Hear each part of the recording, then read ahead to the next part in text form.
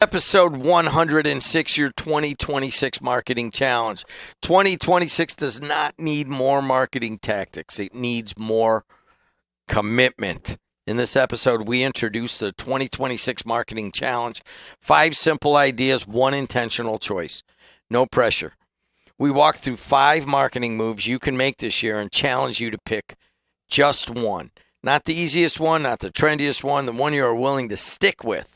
This is not about chasing algorithms or trying to be everywhere. It is about focus, consistency, and building momentum that actually lasts. Pick one idea, commit to it, and let 2026 be the year your marketing finally compounds.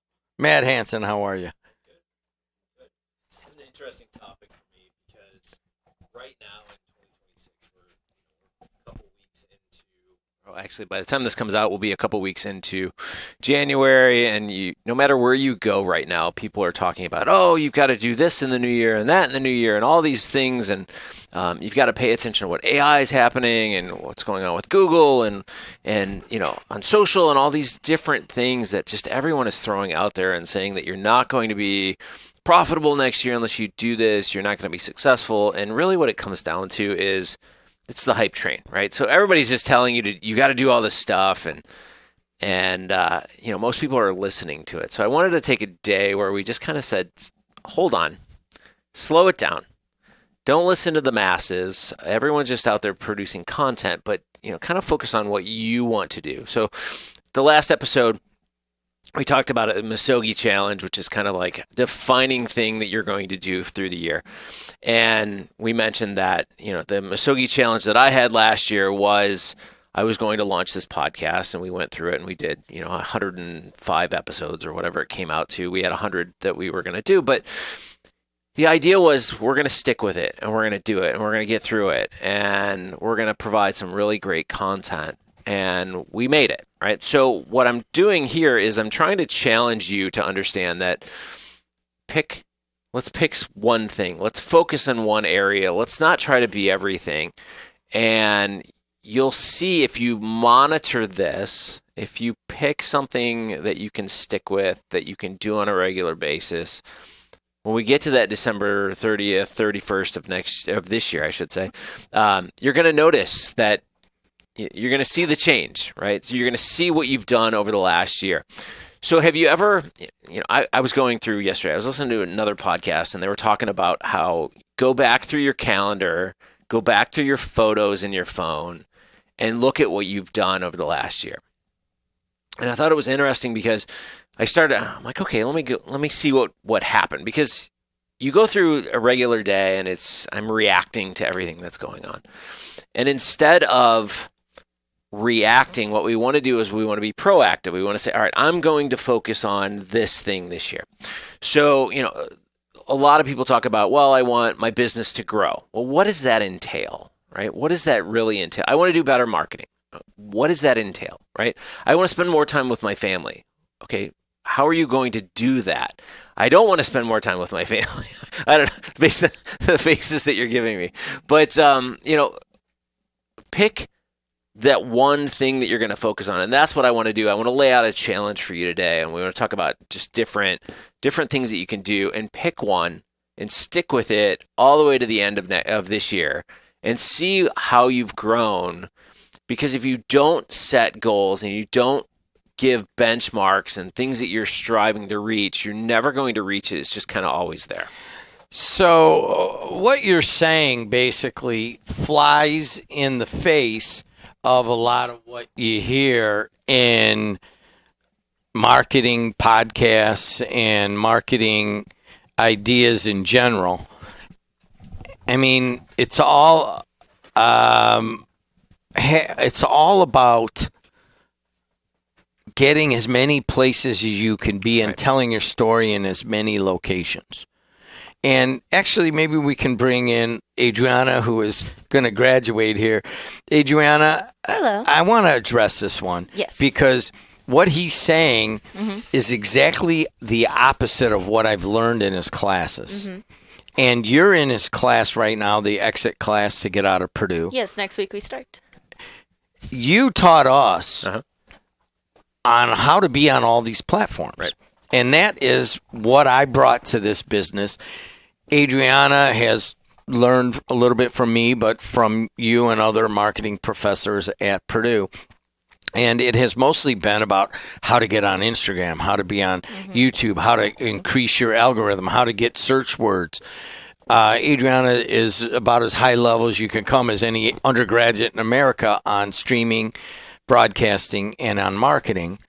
So that's always been our push, right? Has been to be on as many channels as possible, correct? To a certain extent, yes. How I look at it and viewing it is that you can do all of those things, but you can also do every single platform and you can do it wrong if you don't do it the correct way, because you need those certain keywords. Keywords can change all the time. So you have to adapt to the keywords, the hashtags and all that, as well as posting certain times. So it took us like 90 something episodes, but now we post Mondays and Thursdays at 9 a.m. each time, and that sticks to the algorithm so people know and they can expect that. We post to social media. If you post too long of clips, people are going to become uninterested. But if you post too short of clips, people aren't going to look at it. You got to find those happy mediums. So it's constantly changing, especially within the world of social media, because right now TikTok used to be Musically, and those were maybe 15-second videos. And now you can post a whole entire movie on there. And it just depends on your audience and who's going to watch. So she brought up 4 or 5 different platforms. Sure. Okay.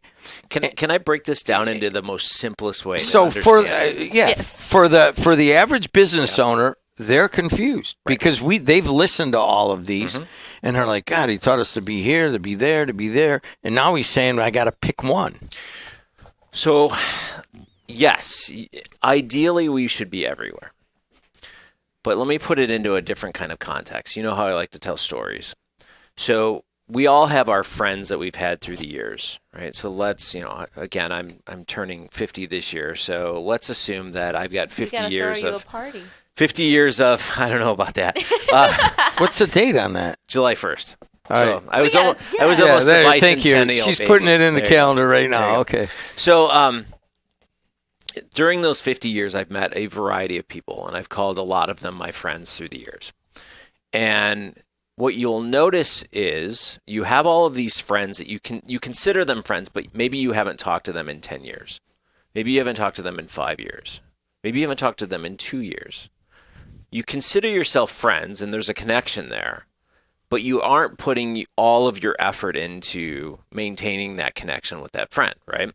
So think of it in, they pretty much say you'll probably have like 5 close friends through your life, right? And those are the 5 people that you surround yourself with, and those people change consistently, right? So we evolve, we change, there's new things that are happening. So when I was in college, I had a certain group of friends that I hung out with. When I was in my 20s, I had my coworkers that I hung around with a lot. When I reached my 30s, we had kids, and you start hanging out with the parents of the friends that my kids have. And then now that I'm in my 40s, it's like this weird shift because my kids are starting to go to school, and we don't necessarily hang out with those friends anymore. But now it's like a new set that's working it. So what we're saying is things evolve over time. And whether you're marketing and you're putting it out there, consider all these different platforms, different friends. Now, if I put all of my effort into one of those, who is that? That's my best friend. That's the person that I call at 3 o'clock in the morning and say, I need you, right? It's the one that knows you best. It's the one that you put the most effort into. It's the one that's the most consistent. It's the one you can count on. Okay, so if that's Facebook, if that's Google, if that's radio, whatever it is, you are good at this, that is valuable to you. That's a best friend. That's a best platform, a best marketing platform, right? So I'm trying to compare friends to us putting everything out there. So if Facebook and Instagram and TikTok and Google search and even Bing search and all this other stuff, like they're all friends that are out there, and we can pay attention to them, but we're not going to give them the attention that they need because we are favoring one or two over the others. Okay, and I know this sounds a little weird, but I'm trying to make it connect to those listeners. if you focus on your best friend or your best platforms, you're going to get the best results. Yes. So the number one thing that I say here is focus on one that you can do an amazing job at, and will be there to help support you in everything that you're doing. You can have the other ones out there, right? So I have my old friends that I used to work with back when I was in my 20s, and I could call them tomorrow, and we would pick up like we were back then. But we'd have to catch up on 20 years worth of things that have happened, and it would take a long time. Maybe we'll get together in 3 months. Maybe we won't, right? It's all of those things. The things that we pay attention to are the things that grow. And that's what I want to get to today is pay attention to one and become an expert in one, really good understanding of it, and you're going to see that grow. Whereas the other ones, if you're trying to be everywhere and you're not paying attention to one and you're spreading yourself so thin, nothing really ever gets done. And it's just kind of there. So to apply to your average business owner, a small business marketer, or medium-sized business, a bank or whatever, how do they choose their best friend? So there's a couple different ways to look at it, right? So if you're trying to generate awareness, obviously a lot of people pay attention to Facebook, Instagram, and TikTok. Let's be honest, right? That's just everyone has kind of their own personal preference. If you're looking at a demographic, whether it's younger or older, or, moms, dads, children, whatever it is, there's a preference there. If you're talking to somebody that's trying to convert something, right, trying to get somebody to buy something right then and there, that's completely different, right? Because social owned, right? If I'm posting on Facebook or Instagram or TikTok or any of these platforms, from an own side, meaning our own page, our own account, you're not going to necessarily convert. That's used for general awareness, trying to get people to know who you are. When you're trying to convert, right, you're trying to get people to buy from you, we're looking at more of email, we're looking at paid search because people are frantically looking for something on a search engine. Even we have to talk about generative AI at this point because, people are searching the AI, LLMs and all this other stuff are producing content that's coming back to us. It's got to lift that as well. So you have to look at the customer. Are they a passive audience? Are they an active audience? And are you trying to just generate awareness or are you trying to convert at that point? And those are when you start to kind of play off of different platforms and start to make those decisions. So to go back to the funnel, just in case you haven't listened to 105 episodes before this. Or Jim. Yeah. And if you haven't listened to all 105 episodes, you can find all of those episodes on any podcast platform as well as our YouTube channel. We can find them on YouTube. Yep. Every single episode is on our YouTube channel as well as it should be on yours as well. Yeah. So obviously, if you want your own podcast, Adriana, 2 N's, Adriana at WJOB1230.com, and she'll figure that out. So when you're trying to choose that one, I mean, once again, it flies in the face of what we've learned. Mm-hmm. What are the characteristics of it, though? I mean, what are you really looking for? Well, let me ask you. Wait, let's rewind on the funnel. Mm-hmm. Awareness is the top of the funnel. The middle of the funnel is converting. And then the very bottom of the funnel is the close or the sale or making them a customer. So I look at it as awareness, consideration, and at the bottom is the close, is the client. So we're still in the awareness phase when we're talking about pick one, correct? Correct. Does it have, so all right, go ahead, answer the question. So let's take you, for example, right? You're not 20 years old. I don't know if you're on social media, right? But if I said to you, hey, you're in charge, you're a one person entrepreneur, owns a small business, you're in charge of promoting content on one of your own social channels. Is it going to be Facebook? Is it going to be Instagram, TikTok, YouTube, Pinterest? Where are you going? Facebook. Okay. Why Facebook? I know how to use it. I think most of the people I know are on Facebook in my age group. Okay. Exactly. That's all we have to say. So if I say to Adriana, where are you going? Instagram. Right. Okay, why? Instagram mainly because Snapchat is a dying social media, at least for my generation, especially because with their new rules and regulations with their storage. Yeah. So that's dying already. Instagram has been most used because we saw Facebook as that's what our parents use, that's what they're on that platform. Instagram is for more so my generation. And then TikTok is it's a 50-50 shot, mainly because schools have banned TikTok. Of course, kids find their way around it, and that's still one of the more popular platforms. But Instagram has almost everything that you need wrapped into all of those platforms, and plus it collaborates. It's Meta, so it's Facebook and Instagram are partners in together. So you can post whatever you post on Instagram to Facebook automatically, and it'll go up there regardless. So I think for my generation, we looked at it as, oh, well, we don't want to use our parents' social media, so we want our own. Instagram. Right. So I didn't get Facebook until I was 20 years old. And it was mainly just because I saw no purpose for it. None of my friends were on Facebook. And if they were, it was either their parents' account or it was the fact that they're just like, everybody else is on all these other platforms. My parents on Facebook. I don't want my parents seeing my social media posts. And then eventually we all just came together as one. He looked at me so like, why? So we're back to the original. I think he's trying to tell us something too. Yeah. I'm trying to tell you, you go where you're comfortable. Yeah. So, all right, let's use one example. And this is for we have a sports streaming business that does like 1,000 games, right?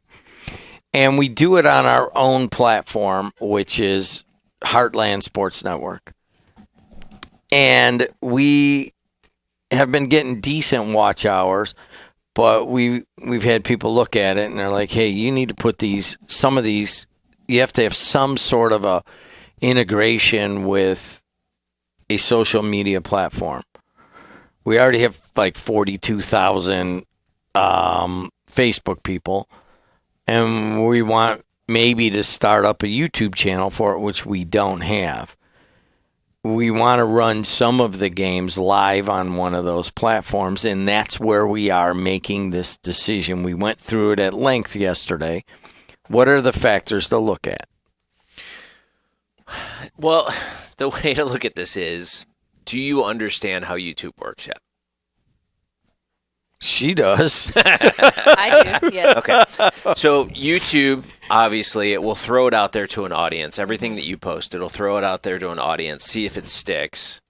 And if it doesn't, it drops off immediately, right? So we were talking about shorts and long-form content and all this other stuff. But, you know, from the shorts perspective, I've watched this where one will just take off out of the blue. Yes. Right? And it's literally... YouTube is all about the hook, keeping them, you know, what's next. So if it gets stagnant anywhere in that video, you'll see it in the analytics immediately because everything just drops off.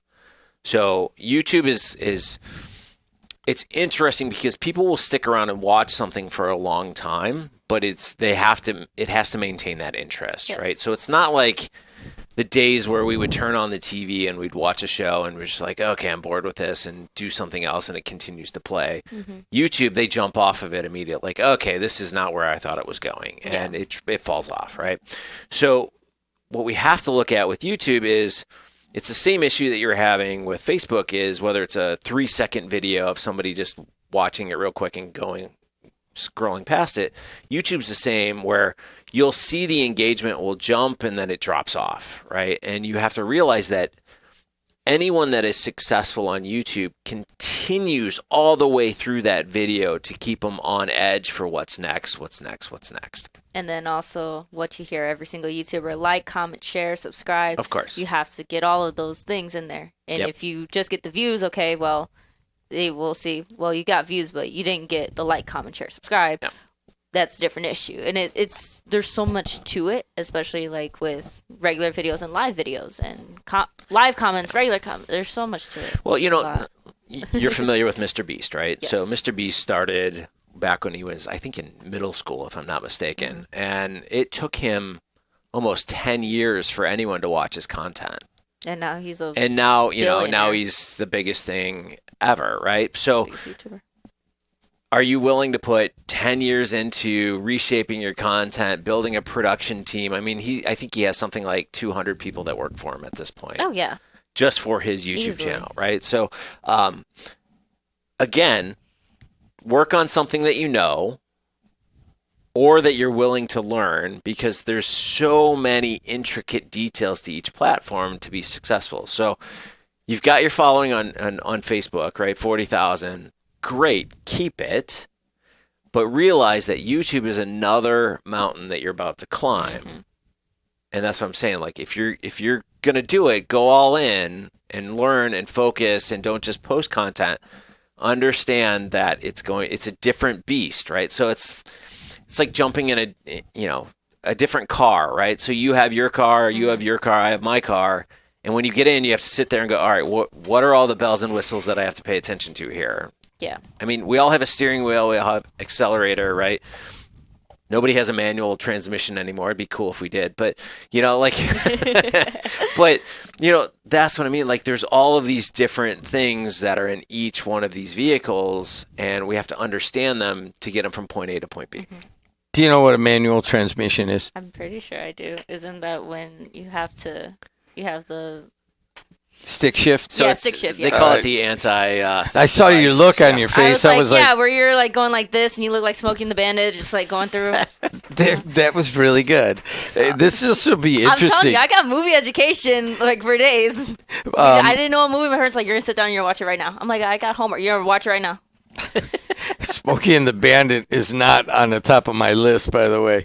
Maybe The Graduate. Hey, listen, she's Adriana Alvarez. She's a senior at. You're done? I have one semester and then I'm done. Okay, gotta and come to she's my actually class. taking Matt Hansen's exit course for getting out of digital marketing at Purdue. So these things are timely. But mostly it's for you. And I do want to mention one housekeeping thing. We're in a temporary studio right now. Mm-hmm. We'll go into that at another time if it looks a lot different and a lot less. Next time on Thursday we'll put mastering local marketing on the There you go. whiteboard. We'll get It'll- some markers. But ultimately, you've introduced a concept that flies in the face of a lot of the stuff that I've learned. I took 2 of his digital marketing classes as an MBA student, and then I've done 100 podcasts with you. This kind of flies in against, but this is the challenge for 2026. Pick one. Yep. Pick one strategy, maybe pick one platform. Center around one core principle that you're going to go after. So the takeaways are? I think set a goal, right? So by the end of the year, what do you expect to see, and work backward. I think, I set my goals every year. Again, last year was the podcast, the launch of this, but I've got a new one this year that we'll share as we continue to go through. But my goal is August 1st for that goal, and I'm working backward, and it's an unrealistic goal that I'm shooting for, but we'll see what happens. And as long as you put that out in front of you and you know what you're striving for, you'll be so much better off than just saying, oh, I'm going to get to this or I'm going to get to that. She's Adriana Alvarez. He's Matt Hansen. I'm Jim Deedlow. You can watch these by going to WJOB 1230's podcast channel, or you could just type in Mastering Local Marketing on any podcast service. Until next time, see you later.